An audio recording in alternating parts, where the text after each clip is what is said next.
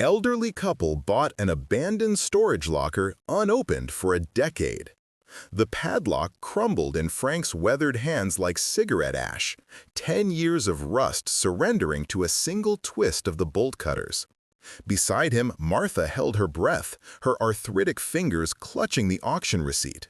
$47 for a 10 by 10 unit that smelled like time itself had died inside.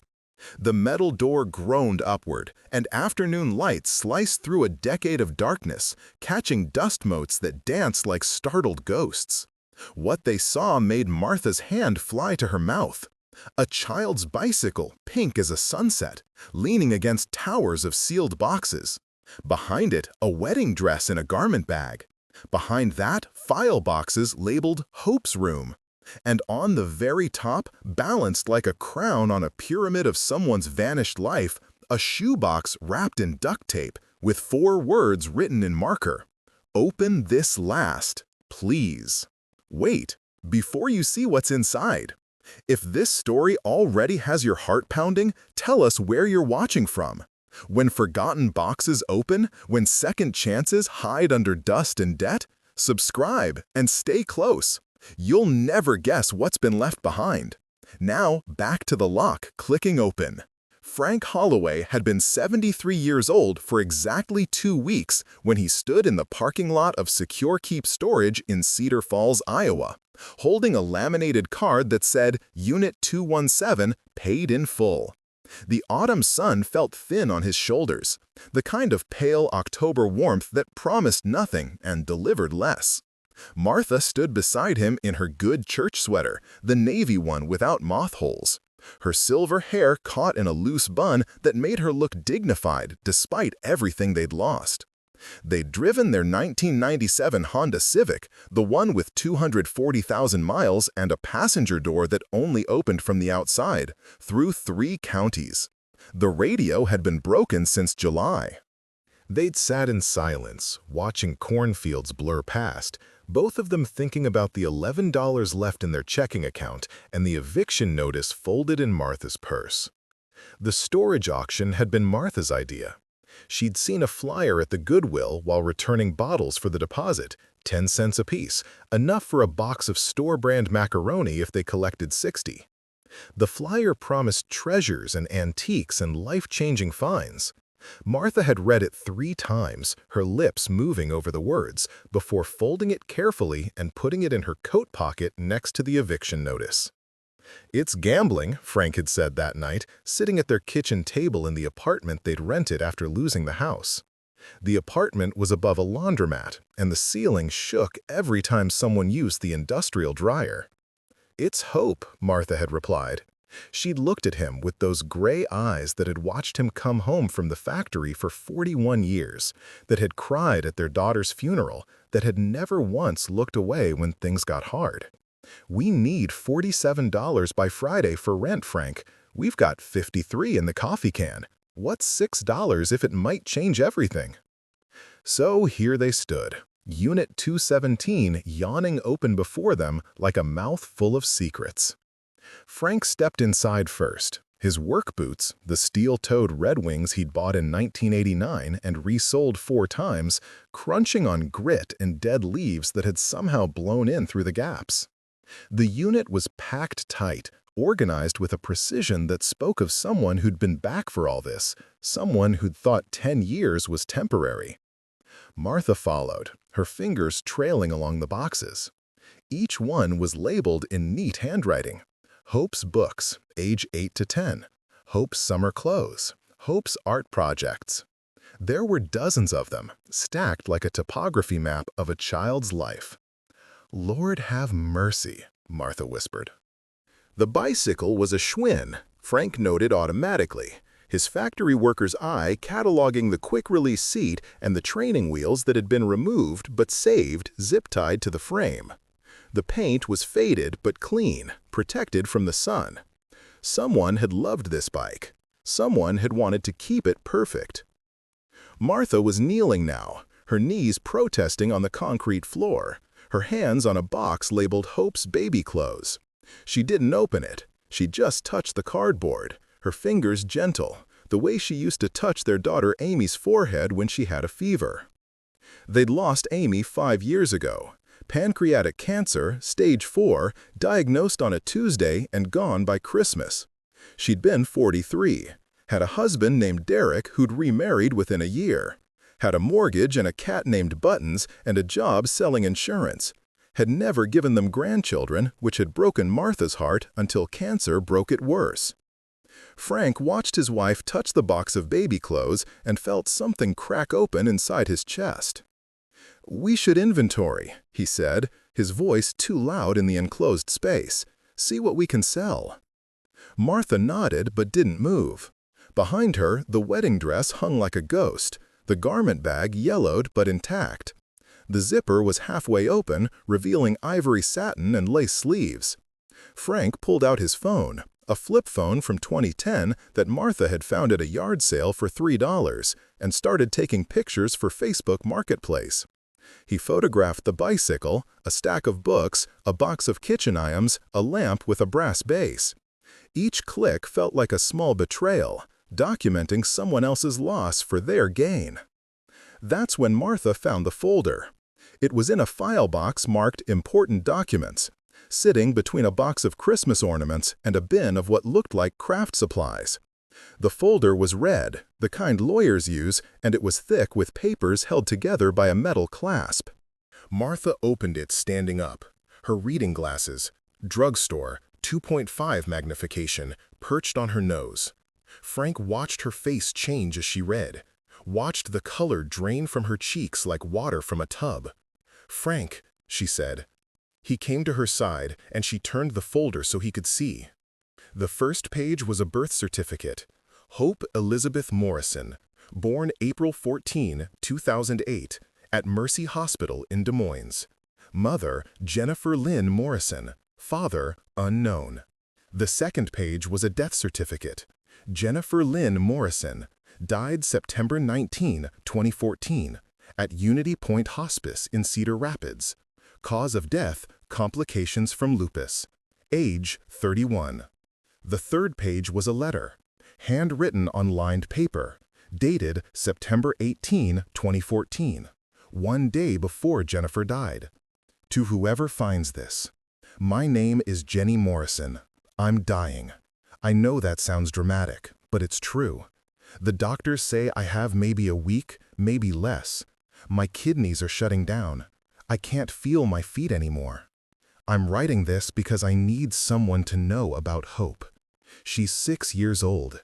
She's with her grandmother right now, my mom, Carol Morrison. Carol is 78 and has dementia.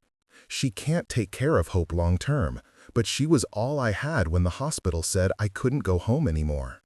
I put everything I own in this storage unit. Cost me $1,200 for a year up front, all my savings. I thought maybe I'd beat this. Thought maybe I'd walk out of hospice and go back to being Hope's mom. But I can't pay for the unit anymore. Can't pay for anything. My credit cards are maxed out. The state took Hope 3 days ago. Child Protective Services. Carol couldn't prove she was stable enough for custody. They put Hope in foster care. Somewhere in Johnson County, they said. They wouldn't tell me where. Said it was policy. Said I'd get updates. I haven't heard anything. If you're reading this, it means the storage company auctioned off my life. I don't blame them. Business is business. But if you find anything of value, anything you can sell, please try to find Hope. She'll be grown by the time anyone reads this probably, but she should have her mother's things. She should have her baby clothes and her bike and her books. She should know I loved her, that I kept everything, that I wanted to come back. Hope's full name is in this folder, her birthday, her social security number, everything you'd need to find her. I know it's a lot to ask. I know you probably just wanted to flip this stuff for profit, but please, please try. My daughter deserves to know she was loved. Jenny Morrison. Martha read the letter twice, her lips moving, her hands shaking so badly the paper rattled. When she finished, she looked up at Frank with tears streaming down her face. "We have to find her," Martha said. Frank's throat felt like it was full of broken glass. He looked around the unit, at the boxes labeled with a child's name, at the bicycle that still had streamers on the handlebars, at the wedding dress that Jenny Morrison had saved for a daughter who'd never wear it. "Martha," he said carefully, "that letter is 10 years old. Hope would be 16 now. She could be anywhere.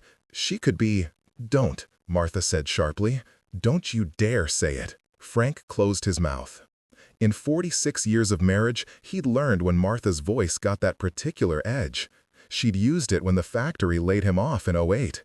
Used it when Amy got sick and the insurance company denied her claim. Used it when they lost the house and had to choose between pride and survival. Martha was folding the letter now, carefully, her hands steadying as she found purpose. She put it back in the red folder and tucked the folder under her arm like it was the most valuable thing in the world. "We're going to find her," Martha said. "We're going to give her back her mother's things. And we're going to tell her that Jenny Morrison loved her enough to leave instructions for strangers." Frank looked at his wife. This woman who'd stretched hamburger meat with oatmeal to feed their family, who'd sewn patches on patches, who'd held his hand through bankruptcy and foreclosure and grief, and felt something he hadn't felt in years. He felt needed. "Okay," he said. "Okay, Martha. We'll find her." They spent the rest of the afternoon loading the Honda. The bike went in first, diagonal across the back seat, with the front wheel poking between the two front seats. Then boxes, packed into every available inch. The trunk, the floor, the passenger seat that Martha wouldn't be using because she insisted on holding the red folder in her lap like a Bible. They left behind things they could have sold: the lamp, the kitchen items, a box of DVDs. They took only what belonged to Hope, what told her story, what proved her mother had fought to stay alive and failed, but loved hard enough to leave a map for strangers. By the time they finished, the sun was setting, painting the parking lot orange and gold. Frank's back screamed from lifting boxes. Martha's knees had given up protesting and gone straight to burning. But the Honda was full, packed with the archaeology of a life cut short and a childhood interrupted. Frank closed the storage unit and locked it with a new padlock they'd bought at Walmart for $4.67. Everything left inside was junk: broken furniture, old magazines, things that told no story worth hearing. They'd keep paying the $75 monthly fee somehow. They'd figure it out. The rest belonged to the universe, and whatever came next. Martha sat in the passenger seat with the red folder open on her lap, the flip phone's tiny screen glowing as she squinted at it. "How do we find her?" Frank asked, starting the engine. The car coughed, hesitated, then caught. Third time that week. "We start with Child Protective Services," Martha said. "Johnson County. We'll call tomorrow morning. Tell them we have property that belongs to Hope Morrison. That her mother asked us to find her." "They won't tell us where she is," Frank said. "Privacy laws." "Then we'll find another way." Martha's voice was steel. "We'll call every high school in Johnson County. We'll post on Facebook.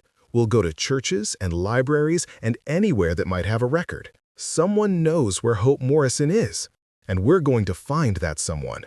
Frank pulled out of the parking lot, the bike rattling in the back seat, boxes shifting with every turn. He drove through Cedar Falls as night fell, past the downtown that was half boarded up, past the Pizza Hut where Martha had worked part-time until the manager cut her hours, past the Goodwill where they'd seen the flyer that started this. "Martha," he said quietly, "what if she doesn't want to be found? What if she's moved on, built a new life?" Martha didn't answer right away. She kept her eyes on the folder, on Jenny Morrison's handwriting, on the birth certificate with its official seal and ink that hadn't faded. "Then we'll give her the choice," Martha finally said. "But she deserves to know her mother fought for her, even from hospice, even dying. Jenny Morrison fought, and that's worth knowing." They drove home in silence, the broken radio a blessing, each of them lost in thought. Frank thought about their daughter Amy, about the boxes they'd had to sort through after she died, about the way grief turned a person's life into inventory. Martha thought about the baby clothes she'd never touch again, about the grandchildren she'd never have, about the ways loss carved you hollow, and then asked you to keep standing. When they got home, the laundromat below was closed, the building quiet for once. They carried boxes up the narrow stairs, 12 trips total, Frank's legs shaking by the end. They stacked everything in their living room, a space barely big enough for their couch and TV, now filled floor to ceiling with Hope Morrison's childhood. The bike they left in the Honda. Too big, too awkward, too much like a promise they hadn't earned yet. Martha made tea, Lipton, the cheap bags they'd split and reused twice, and they sat at the kitchen table with the red folder between them. Frank counted the money in the coffee can, $47 left. Rent was due Friday. It was Tuesday night. Well, figure it out, Martha said, reading his mind like always. How? We always do. That night, Frank couldn't sleep. He lay beside Martha, listening to her breathe, feeling the sag of their second-hand mattress, staring at the ceiling where water stains made shapes like continents. He thought about Jenny Morrison, 31 years old and dying, writing a letter to strangers. Thought about Hope Morrison, 6 years old, and watching her mother disappear into hospice and then into nothing.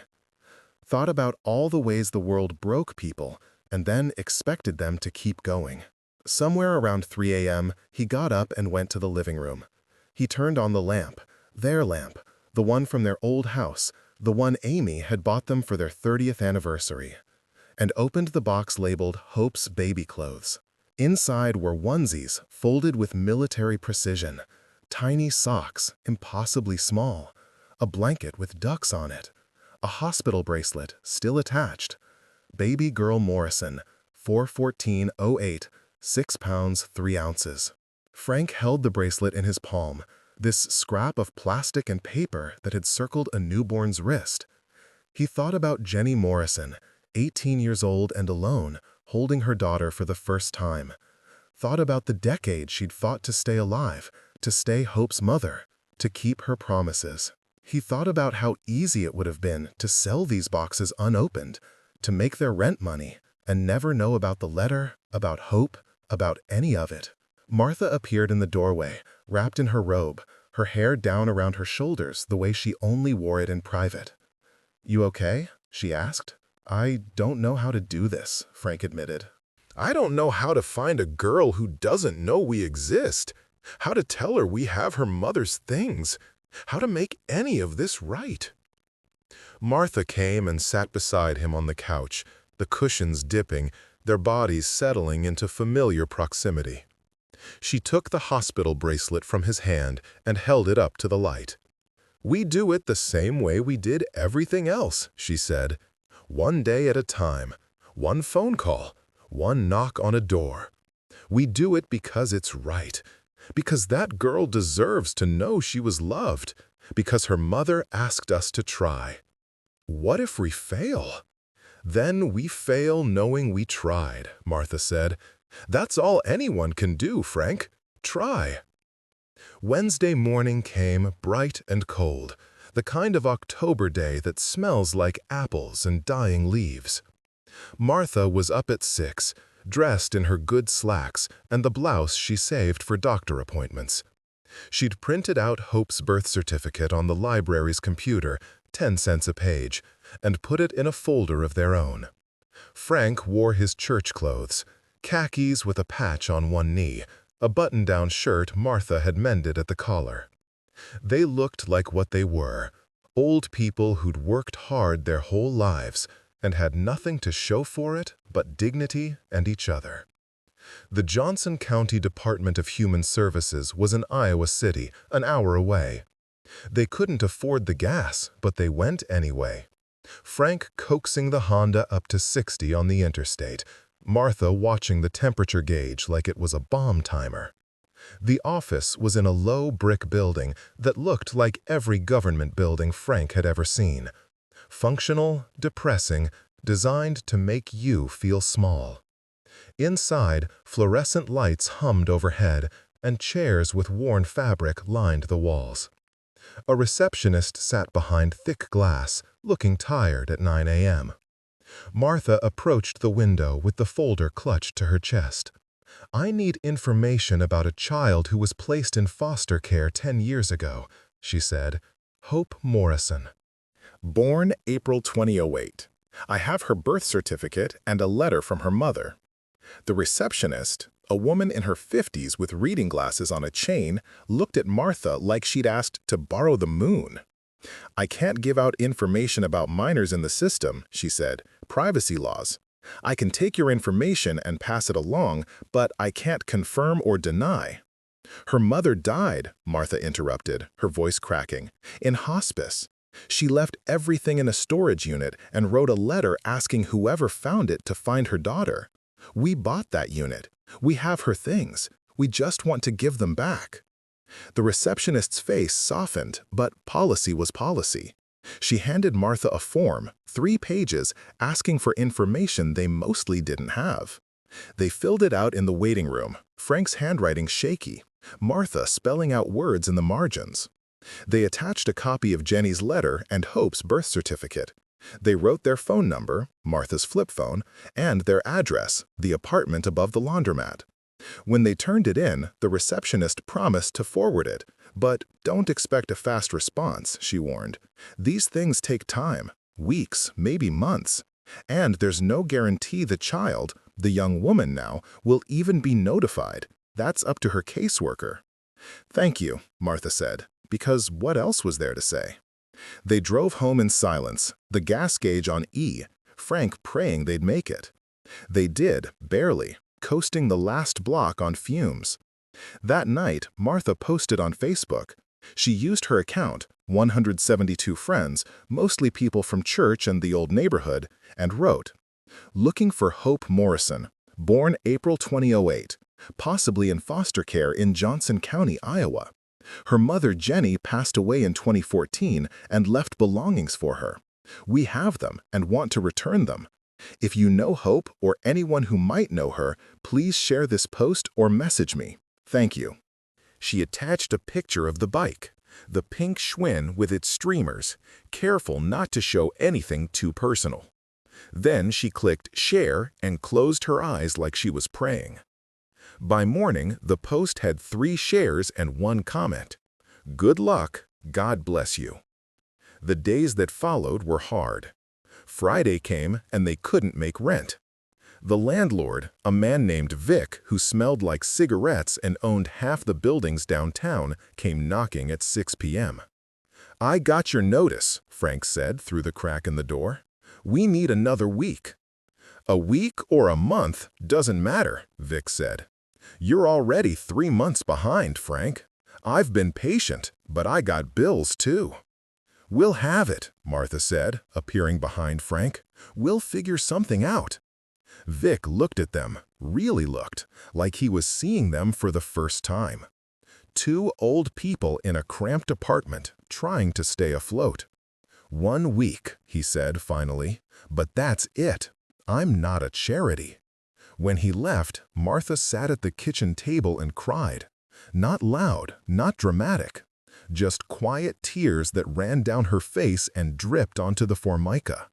Frank held her hand and said nothing. What was there to say?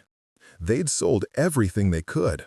They'd applied for assistance and been denied because their income, Frank's Social Security, $1,100 a month, was $50 over the limit. They'd called their son in Phoenix, but he had his own troubles, his own debts, his own life, that didn't have room for parents who'd become burdens. That night, Frank went through the boxes again, looking for anything they could sell without betraying Jenny's request.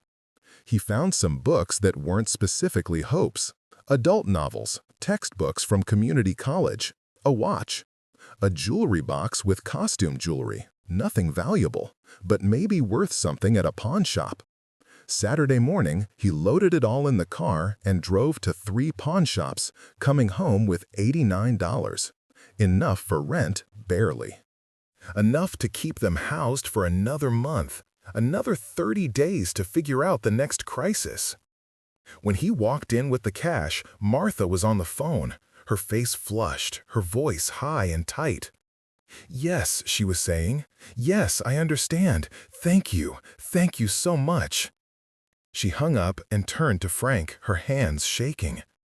"That was a caseworker," she said, "from DHS. She said Hope Morrison is alive. She's 16. She's in a group home in Coralville.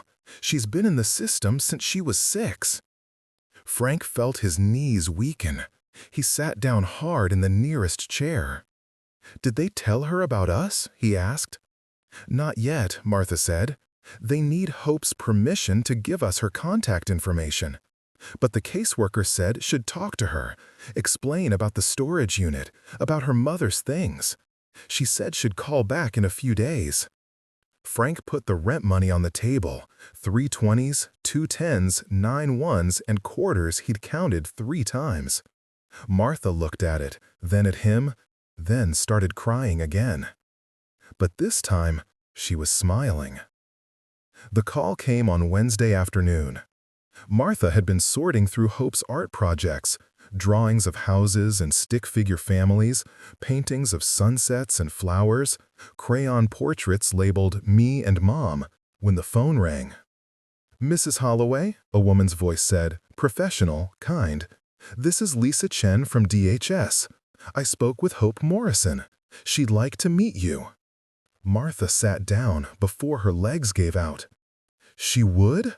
Her voice was barely a whisper. "She's curious," Lisa said carefully. "She has questions. She's also scared. But she wants to see her mother's things. I've arranged for you to meet at the group home Saturday at 2 p.m. I'll be there as a mediator. Does that work for you?" "Yes," Martha said. "Yes, absolutely. Thank you." When she hung up, she immediately called Frank, who was at the laundromat downstairs using the pay washer because theirs had broken. He came up the stairs 2 at a time, moving faster than he had in years. "Saturday," Martha told him, 2 p.m., "we're meeting Hope." They spent the next 3 days in a frenzy of preparation. Martha washed the baby clothes by hand, carefully, with the gentle detergent she used for her own delicates. Frank cleaned the bike until it gleamed, oiled the chain, tightened every bolt. They organized the boxes by age, baby, toddler, elementary school, and picked out the most meaningful items to bring. The hospital bracelet, the photo albums, the red folder with Jenny's letter. They argued about whether to bring the wedding dress. Martha said yes, it was Hope's legacy, her mother's dream for her. Frank said it might be too much, too painful. They compromised by bringing the garment bag but leaving it in the car, available if Hope asked. Friday night, neither of them slept. They lay in bed holding hands, staring at the ceiling, both of them terrified and hopeful and unsure what tomorrow would bring. "What if she hates us?" Frank whispered. "She won't hate us," Martha said. "She might be angry, she might be hurt, but she won't hate us. We're just the messengers." "What if we say the wrong thing?" "Then we say we're sorry and we try again." Martha squeezed his hand. "Frank, we've lived through worse than an awkward conversation. We'll survive this." Saturday dawned gray and drizzly, the kind of October rain that turns the world soft and muted. They loaded the Honda with the boxes they'd selected, the bike, the garment bag. Martha wore her church dress, the navy one with the little flowers. Frank wore his suit, the one from Amy's funeral, the one that still smelled faintly of mothballs. The drive to Coralville took 40 minutes. The group home was a 2-story house on a quiet street, painted yellow, with a wheelchair ramp and a sign that said Bright Futures Residential. It looked like a normal house, and that made it worse somehow. All these children living in a normal-looking house because their real homes had failed them. Lisa Chen met them at the door. She was younger than Martha expected, maybe 40, with kind eyes and a firm handshake. "Hope is in the living room," she said. "I've prepared her as best I can, but she's nervous. This is a lot for a 16-year-old to process. Let her lead the conversation, okay? Let her ask questions. Don't push." "We won't," Martha promised. Lisa led them inside. The house smelled like cookies and floor cleaner. That institutional smell that tries to be homey that can't quite get there. They passed a kitchen where a staff member was making dinner, a hallway with doors marked with construction paper name tags. The living room had 2 couches, a TV playing softly, and a girl sitting on the edge of the nearest couch like she might bolt any second. Hope Morrison had her mother's eyes. Martha saw it immediately. That same shade of hazel, that same shape. She had dark hair pulled back in a ponytail, wearing jeans and a hoodie that said West High Track. She was thin, all angles and nerves, her hands clutching her knees like they were the only thing keeping her grounded. "Hope," Lisa said gently, "these are Frank and Martha Holloway. They're the ones who found your mother's things." Hope looked up at them, and Martha felt her heart break and mend simultaneously. This girl, this young woman, had her mother's mouth, her mother's chin. She was beautiful and damaged and so young. "Hi," said. Her voice was small, careful. "Hi, sweetheart," Martha said, and then immediately worried she'd overstepped, but Hope didn't flinch. Frank set the first box down on the coffee table, the one labeled Hope's baby clothes. Martha sat on the opposite couch, giving Hope space, giving her control. "We brought as much as we could fit," Frank said. "The rest is at our place, but we thought you might want to see some things first." Hope stared at the box like it might bite her. She didn't move toward it. "How did you find them?" she asked instead. "My mom's things." Martha explained about the storage auction, about the padlock crumbling, about finding the letter. She pulled the red folder from her purse and held it out. "Your mother wrote this," Martha said, "the day before she died. She wanted you to have everything. She wanted you to know she loved you." Hope took the folder with shaking hands. She opened it slowly, like she was defusing a bomb. When she saw the letter, her face crumpled. She read in silence, tears streaming down her face, her shoulders shaking. Lisa moved to sit beside her, a hand on her back, saying nothing, letting her feel it. When Hope finished, she looked up at Martha with eyes red from crying. "She kept everything," Hope whispered. "I didn't think. I thought maybe she'd forgotten about me. When the social workers took me, I thought maybe I'd done something wrong. Maybe I wasn't good enough." "Oh, honey," Martha said, her own voice breaking. "No, no. She fought for you. Look at this." She opened the first box, pulled out the hospital bracelet. "She kept this from the day you were born. She kept your baby clothes and your bike and your books. She kept everything that mattered because you mattered. You were loved." Hope held the bracelet like it was made of glass. She traced the letters of her name, the date, the weight that she'd been when she entered the world. "Can I see the other boxes?" she asked. For the next 2 hours, they went through Hope's childhood, piece by piece. The photo albums showing a chubby baby, a grinning toddler, a gap-toothed 6-year-old. The art projects with "Love Hope" written in crayon. The books with Jenny's handwriting inside. To Hope, "Happy 5th birthday, love Mom." The clothes, sorted by size, by season, by memory. Hope cried through most of it, but she also laughed, surprised by things she'd forgotten. A stuffed elephant named Peanut. A Halloween costume, she'd been a ladybug. A birthday card from her 2nd birthday with Jenny's handwriting. "You're my whole world." "I don't remember most of this," Hope admitted. "I was so young when she got sick. The last years just hospitals and my grandma's house, and then this one day when the social worker came, and I never saw my mom again." "She saw you," Martha said gently. "That's what the letter says. She saw you even when you couldn't see her. That's what mothers do." Hope looked at Martha then, really looked, and something passed between them. Recognition, maybe. Understanding. "Why did you do this?" Hope asked. "You could have just sold everything, made money off it. Why go through all this trouble to find me?" Frank and Martha exchanged a glance. Then Frank spoke, his voice rough with emotion. "We lost our daughter 5 years ago," he said. "Cancer. She was 43.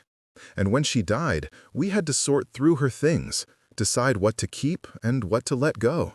It's the hardest thing we've ever done. Harder than losing the house, harder than being poor, harder than anything." He paused, swallowed hard. "Your mother left you a map," he continued. "She left you proof that you were loved.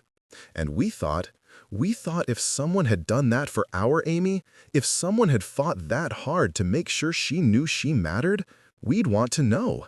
We'd want that gift." Hope was crying again, but nodding, understanding. "Can I keep these?" she asked, gesturing to the boxes. "They're yours," Martha said. "All of it. We have more at our place. The bike, more clothes, boxes of books. Whenever you're ready, we'll bring them. Or you can come get them. Whatever you want." "There's one more thing," Frank said carefully. He looked at Lisa, who nodded. "Your mother's wedding dress. She saved it for you. It's in our car if you want to see it." Hope's breath hitched. "She saved her wedding dress for me?" "She never got married," Martha explained gently. "But she bought the dress anyway. I think she dreamed of you wearing it someday, of walking you down an aisle, of seeing you happy." Hope stood up abruptly, and for a moment Martha thought she was going to leave, but instead she said, "Can I see it? The dress?" They went outside together, all 5 of them: Hope, Frank, Martha, Lisa, and a staff member named Carlos who'd been hovering nearby. Frank opened the trunk and pulled out the garment bag, unzipped it carefully. The dress was ivory satin with lace sleeves and a train that puddled on the ground. It was simple, elegant, timeless, the kind of dress that said, "I believe in happy endings." Hope touched the fabric with one finger, then pressed her face against it and sobbed. Martha wrapped an arm around her, this girl who wasn't her granddaughter but felt like she could be, and held her while she cried. Frank stood with his hand on Martha's back, and Carlos and Lisa gave them space, let them have this moment. When Hope finally pulled away, her face was blotchy and wet, but something had shifted. Some weight she'd been carrying had been set down. "Thank you," she said to Frank and Martha. "Thank you for finding me. Thank you for caring." "You're welcome, sweetheart," Martha said. They talked for a while longer. Hope told them about her life, the 7 foster homes she'd been in, the 2 adoption attempts that fell through, the group home that had been her residence for the past year. She told them about track, how she ran the 800 meters, how running made her feel like she could outpace her past. She told them about her grades, mostly B's, a few A's, and how she wanted to go to community college but didn't know how she'd afford it. Frank and Martha listened, asked questions, treated her like she mattered. Because she did. When it was time to go, Hope hugged them both, long, tight hugs that said more than words could. "Can I come visit you?" she asked. "See the rest of my mom's things?" "Anytime," Martha said. "Well, write down our address. You're always welcome." As they drove away, Martha watched Hope in the side mirror, standing on the porch of the group home with a box of baby clothes in her arms, waving. "We did good, Frank," Martha said, her voice thick with tears. "Yeah," Frank agreed. "We did." The next few weeks were hard in the way that everything was hard now. Rent still due, cars still dying, bodies still breaking down. But they were also threaded with something that felt like purpose. Hope called on Tuesday. Martha's flip phone rang while she was folding laundry at the kitchen table, and when she saw the unfamiliar number, her heart jumped. "Mrs. Holloway?" Hope's voice was tentative, young. "It's Hope. Hope Morrison." "Sweetheart, hello," Martha said, abandoning the towels immediately. "How are you?" "I'm okay. I was wondering, could I come see the rest of my mom's things? Maybe this weekend?" "Of course. Saturday work for you?" "Yeah. Lisa said she'd drive me. Is noon okay?" "Noon is perfect." Martha spent the week cleaning the apartment like company was coming. Real company. The kind that mattered. She scrubbed the bathroom grout with an old toothbrush, washed windows with vinegar and newspaper, vacuumed the couch cushions. Frank thought she was being excessive, but he helped anyway, moving boxes to create pathways, making space in their cramped living room for Hope to breathe. Saturday arrived cold and bright, November asserting itself with frost on the windows. Hope came at noon exactly, Lisa Chen with her for support. They climbed the narrow stairs. Martha heard Hope counting them under her breath, 15 total, and knocked. The apartment looked smaller with guests in it, Martha realized. Smaller and shabbier, the peeling linoleum and water-stained ceiling suddenly obvious. But Hope didn't seem to notice. Her eyes went straight to the boxes, stacked like a timeline along the wall. "This is all mine?" she asked, wonder in her voice. All yours, Frank confirmed. We organized it by age. Thought that might make it easier. They spent the afternoon going through everything. Hope pulled out books she'd loved. Where the Wild Things Are, The Hungry Caterpillar, Charlotte's Web, with her mother's note inside. For Hope, who loves all creatures. She found school papers with gold stars, report cards with teacher comments. Hope is a joy to have in class. She found birthday cards, Mother's Day cards she'd made with construction paper and glitter, a Father's Day card with a stick figure and the word Mom written twice because Jenny had been both. In a box labeled Hope's Treasures, she found things Martha hadn't even looked at. A rock painted like a ladybug, a dried flower pressed in wax paper, a seashell with Okaboji 2012 written in Sharpie, a handmade bracelet with beads spelling MOM. We went to the lake that summer, Hope said softly, holding the shell, right before she got really sick. We stayed in this tiny cabin and swam every day. She taught me to float on my back. Said if I ever got tired, I should just float and let the water hold me. Martha felt tears prick her eyes. That's beautiful advice. I forgot about it until just now, Hope said. She looked at Martha, then Frank. I forgot so much. I thought maybe if I didn't remember, it wouldn't hurt. But this, she gestured at the boxes, the artifacts of love. This makes it hurt, but it also makes it real. Like she was real. Like we were real. You were very real, Martha said firmly. You were her world. Hope found the wedding dress next, still in its garment bag. She unzipped it slowly, pulled it out, held it up to her body. She was too short still. Too thin, the dress drowning her. But Martha could see what Jenny had seen, the possibility, the dream, the hope that her daughter would grow up and have beautiful things. Do you think she knew? Hope asked suddenly. When she bought this, do you think she knew she was dying? Martha considered the question carefully. I think she knew she was sick, but I also think she chose to believe in the future anyway. That's what love does. It believes even when it's hard. Hope nodded slowly. She folded the dress carefully, reverently, and put it back in the bag. I'm going to wear this someday, she said. It wasn't a question. It was a vow. They had lunch together. Martha made grilled cheese with the last of their bread and butter, tomato soup from a can that Frank had bought on sale for 59 cents. It wasn't much, but they ate together at the small table, and it felt like family, like something that mattered. Can I ask you something? Hope said, halfway through her sandwich. Anything, Martha said. Why are you living here? Hope looked around the apartment, at the boxes that weren't hers, the sparse furniture, the general air of struggle. You seem like you should have a house, like you've worked hard. Frank and Martha exchanged a look. Then Frank spoke, honest, because this girl deserved honesty. We did have a house, he said. Lost it in 2011 when I got laid off from the factory. Couldn't catch up on the mortgage. Then our daughter got sick, and even with insurance, the medical bills buried us. Been trying to climb back up ever since, but it's hard when you're our age. Nobody wants to hire a 73-year-old man. Hope listened, her young face serious. I'm sorry, she said. Don't be, Martha said quickly. We're getting by, and we got to meet you, which makes everything worthwhile. But you spent money finding me, Hope said.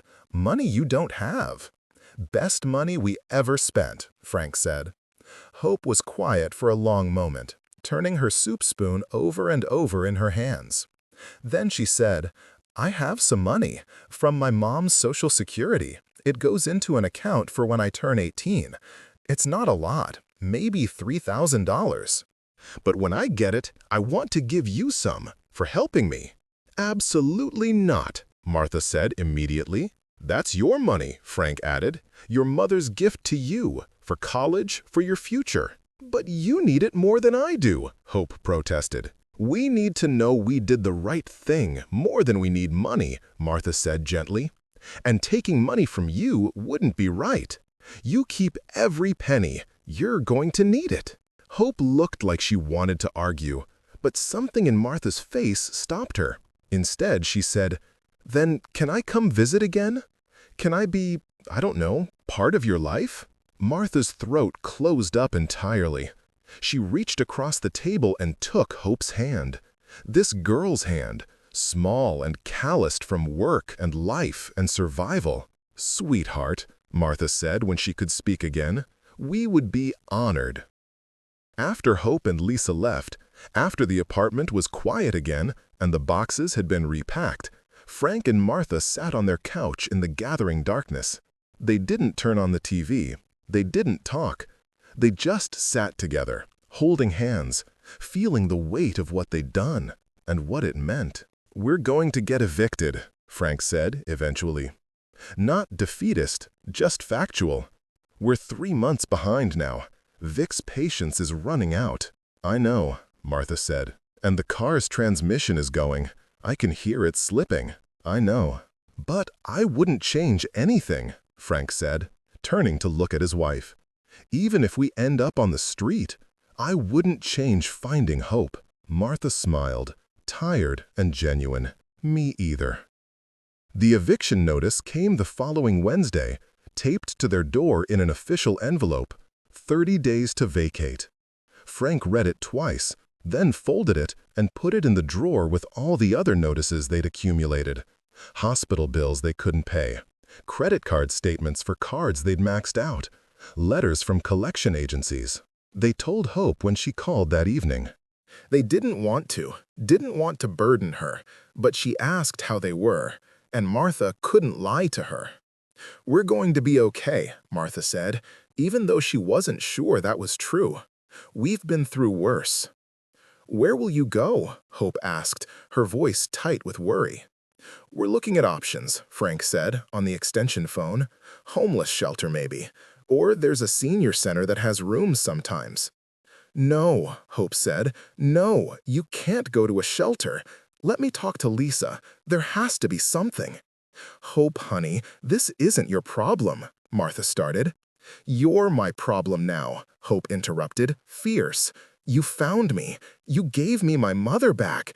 You don't get to disappear into a homeless shelter. I won't let you." After they hung up, Martha looked at Frank and saw her own fear reflected in his eyes. They'd survived poverty before, had eaten rice and beans for weeks, had worn the same clothes until they fell apart, had chosen between heat and food. But homelessness was different. Homelessness at their age, with their health issues, in an Iowa winter, that was dangerous. That night, Martha prayed for the first time in months. She'd been angry at God since Amy died, felt abandoned and forgotten.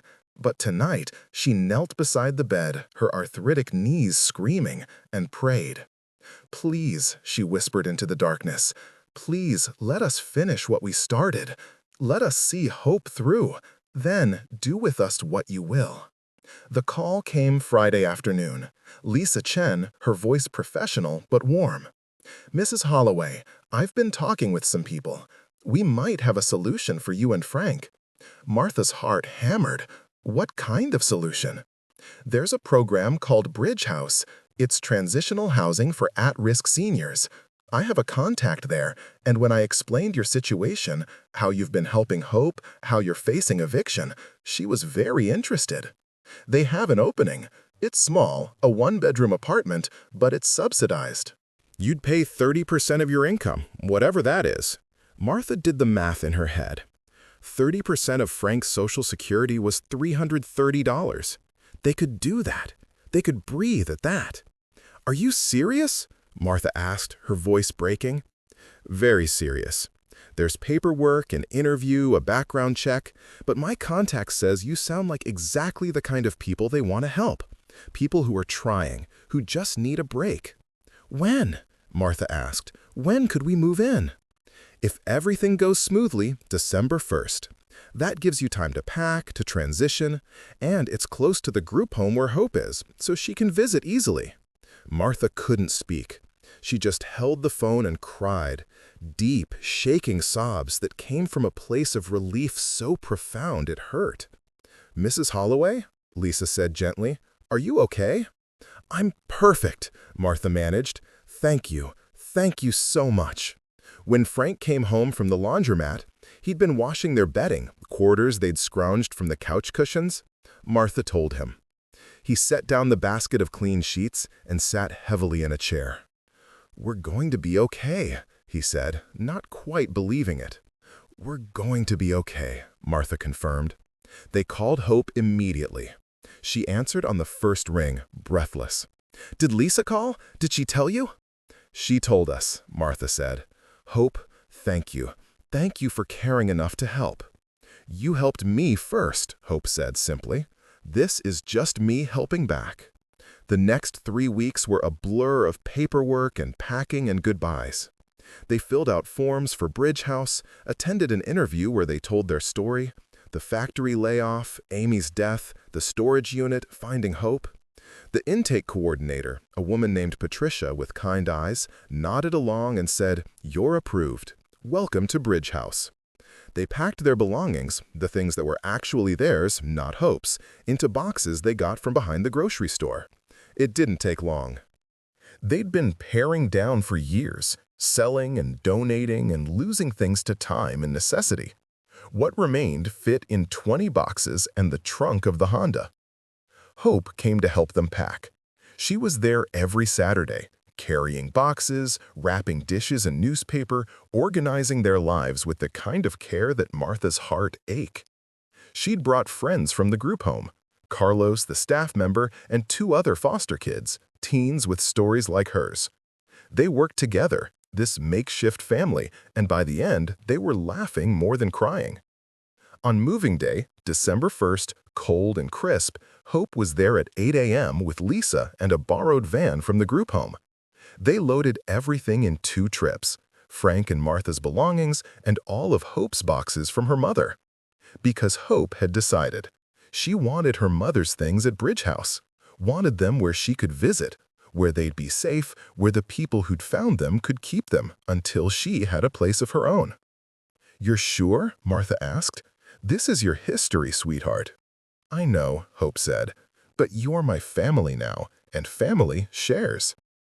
Bridge House was in a complex of 6 apartments, all for low-income seniors, all maintained by a nonprofit that believed everyone deserved dignity. The apartment was small but clean, with new carpet and fresh paint and windows that actually locked. It had a bedroom, a bathroom, a kitchen with a working stove, a living room with space for a couch and a table. It was the nicest place Frank and Martha had lived in 5 years.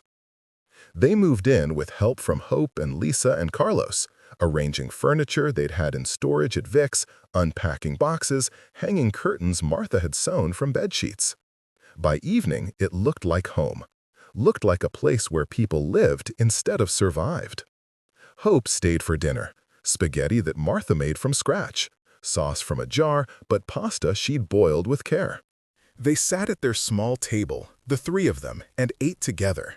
Afterward, Hope helped wash dishes, and they stood side by side at the sink, hands in soapy water, talking about nothing and everything. I have a track meet next week, Hope said. Would you guys want to come? It's probably boring, but... We'll be there, Frank said immediately, front row. It's bleachers, not rows, Hope said, smiling.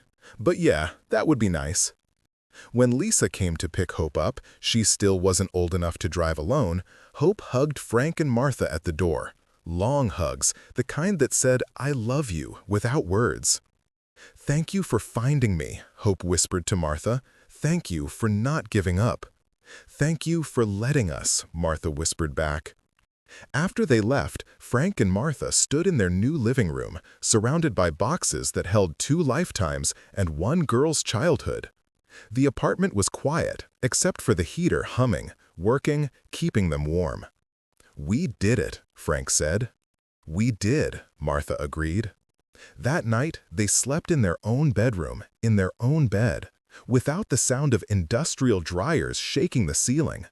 Martha lay in Frank's arms and felt peace for the first time since Amy died. Not happiness, exactly. Grief didn't disappear. Poverty didn't vanish. But peace.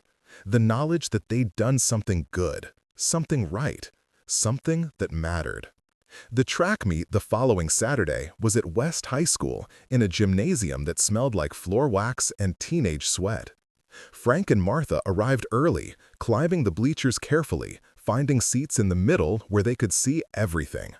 When Hope's race was called, the 800 meters, they stood up, clutching each other's hands. Hope was in lane 4, wearing red and white, her hair pulled back tight, her face focused. The gun fired, and she took off. Martha had never watched track before, didn't understand pacing or strategy. But she understood the grace of Hope's stride, the determination in her shoulders. She understood that this girl was running towards something, not away. Hope didn't win. She came in 4th. A respectable time, the announcer said, 2:24. But when she crossed the finish line, she looked up into the bleachers and found Frank and Martha. She waved, sweaty and smiling, and they waved back. Afterward, in the parking lot, Hope introduced them to her teammates. "These are my grandparents," she said. And Martha felt something crack open in her chest. Not her grandparents by blood, but by choice, by love, by the accident of a storage auction and a letter from a dying mother. "That's right," Martha said, her voice firm. "We're Hope's grandparents." Frank nodded, his eyes wet. "Proud grandparents," he added. Christmas came, and they spent it together. Hope got a pass from the group home. She could leave for the day if she had somewhere to go. She came to Bridge House on Christmas morning, carrying a gift she'd wrapped herself in newspaper comics. Inside was a frame, and inside the frame was Jenny Morrison's letter, the one she'd written in hospice. Hope had typed it up, printed it, matted it in red paper. "So you never forget why you did this," Hope said quietly.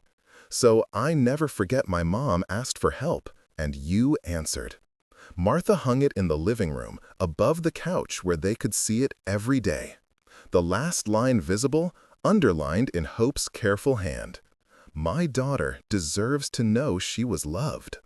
Frank and Martha gave Hope a gift too, an envelope with $20 and a card they'd made from construction paper, feeling foolish but sincere.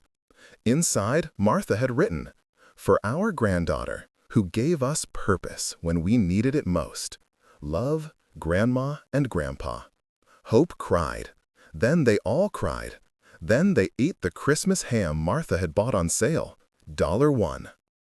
99 a pound, and the rolls Frank had made from scratch, and they watched It's a Wonderful Life on the small TV they'd gotten from Goodwill. It was the best Christmas Frank and Martha had had in years. The months that followed were not easy. Money was still tight, the car still broke down, Frank's back still hurt, Martha's hands still ached with arthritis. But hope was there, woven into their lives. She came every Saturday, sometimes Sunday too. She did her homework at their kitchen table, talked about her classes and her friends and her dreams. She wanted to study social work, she told them in February, wanted to help kids like her, kids who'd lost their parents and their homes and needed someone to believe in them. "You'd be wonderful at that," Martha said. "I learned from the best," Hope replied, looking at them with those hazel eyes, her mother's eyes. In April, Hope turned 17. Frank and Martha threw her a party at Bridge House. Small, just a few friends from the group home, a cake Martha baked from a box mix, presents they'd scraped together from thrift stores and clearance sales, a journal for Hope to write in, a book about college scholarships, a necklace with a small silver H pendant that had cost $12 at Walmart but felt priceless. Hope blew out 17 candles and made a wish she wouldn't tell them. But Martha knew, somehow, what she'd wished for. A future, a chance, a family. In May, Hope's caseworker called with news. A couple in Des Moines wanted to adopt Hope. They were younger, had resources, could give her opportunities. It was rare, Lisa said, for a teenager to get adopted, but this couple specifically wanted an older child. "What do you think?" Hope asked Frank and Martha when she came to tell them. She was crying, confused, torn. Should I say yes?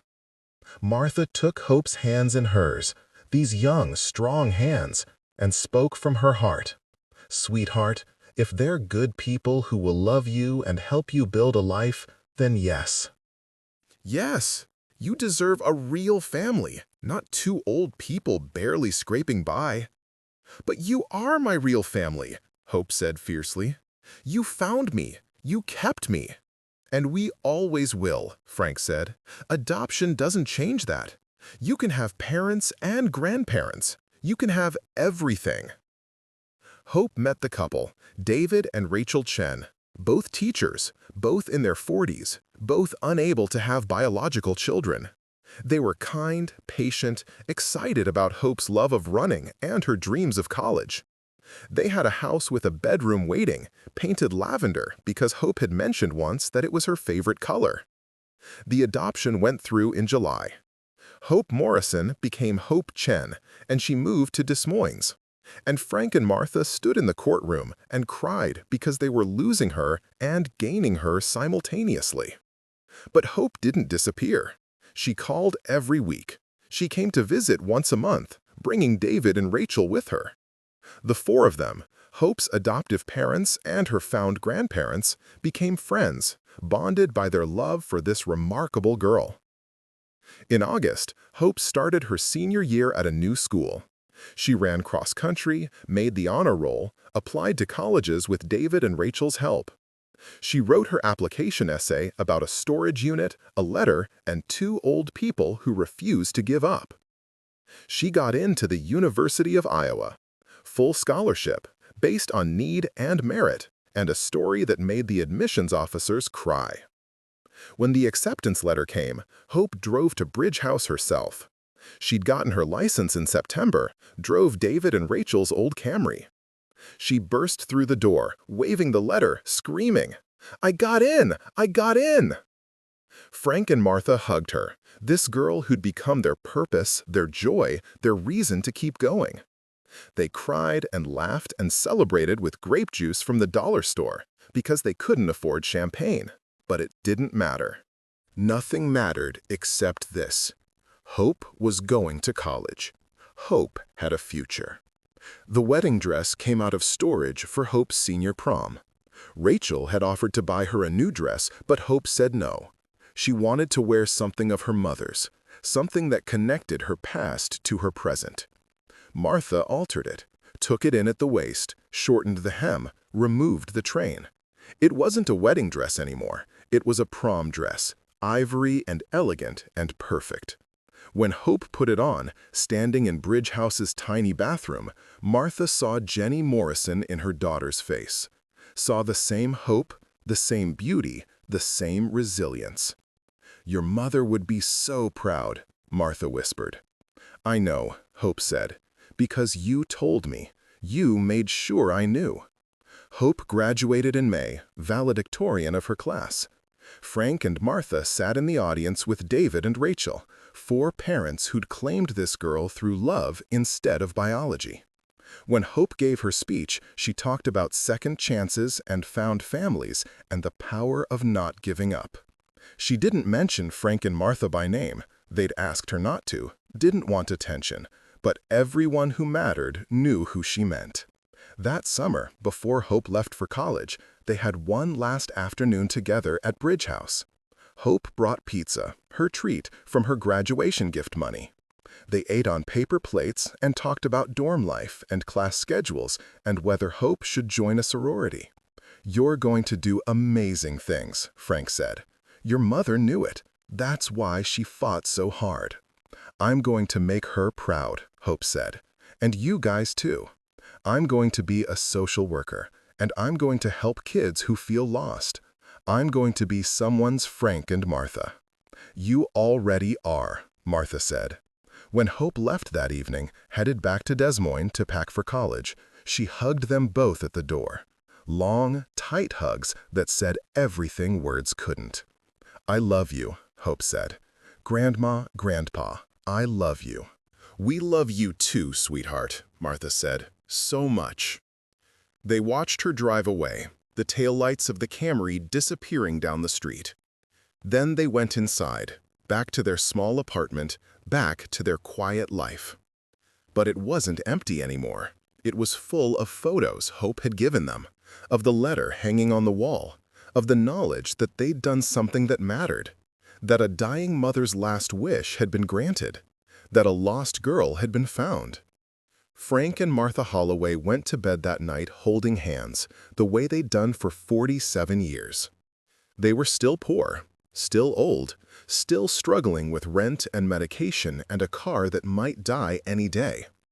But they were also Hope's grandparents, and that was enough. That was everything. Outside, an Iowa summer evening settled over Cedar Falls, warm and gentle. Somewhere in Des Moines, Hope Chen packed boxes for college, each item wrapped in love and possibility. And somewhere beyond memory, maybe Jenny Morrison rested easier, knowing her daughter had been found, had been loved, had been told the truth that mattered most. You were wanted. You were cherished. You were never, ever forgotten. The morning Hope left for college, she stopped by Bridge House one last time. She wasn't alone.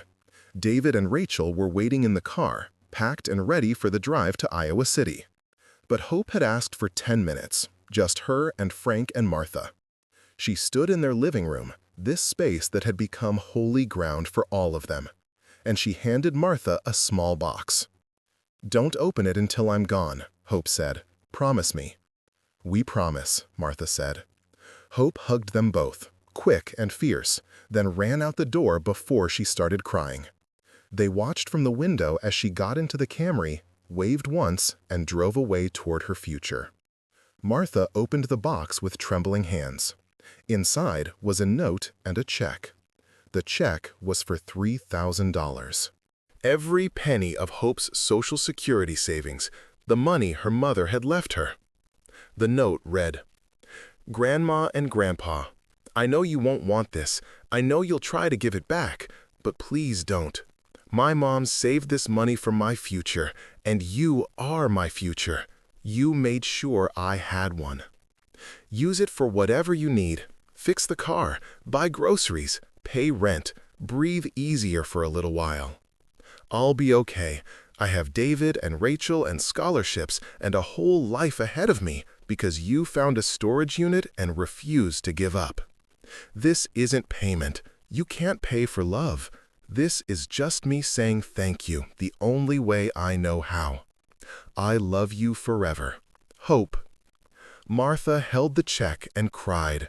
Frank put his arms around her, and they stood together in the morning light, two old people who'd been given a miracle.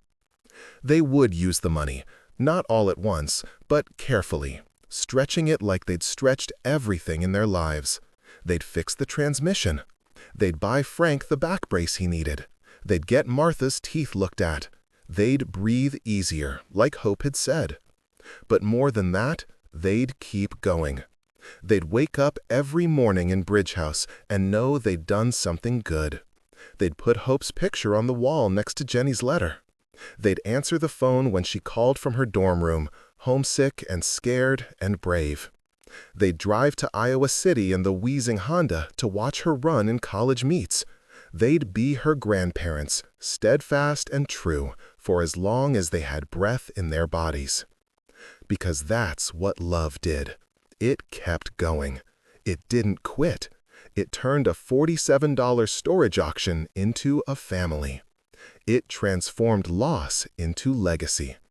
It made sure that Hope Elizabeth Morrison, lost at 6, found at 16, knew she was loved. Frank and Martha Holloway walked out onto the small porch of Bridge House that morning, the check still in Martha's hand, the Iowa sun bright overhead. Somewhere in the distance, they could hear the sound of life continuing. Cars on the highway, children playing, the world turning. And they were part of it, still here, still standing, still loving. The storage unit at Secure Keep sat empty now, cleaned out and re-rented to someone else with their own story of loss and survival. But what it had contained, all that love, all that careful preservation, all that hope lived on. In a dorm room in Iowa City where a girl unpacked her mother's baby blanket and set it on her pillow. In a small apartment in Cedar Falls where 2 old people hung a letter on the wall and remembered why they'd fought so hard. In the space between memory and tomorrow, where Jenny Morrison's last wish had been answered by strangers who became family. The lock had crumbled, the door had opened, and what was found was more precious than anything they could have imagined. A second chance, a new beginning, a reason to keep going. And in the end, that was everything.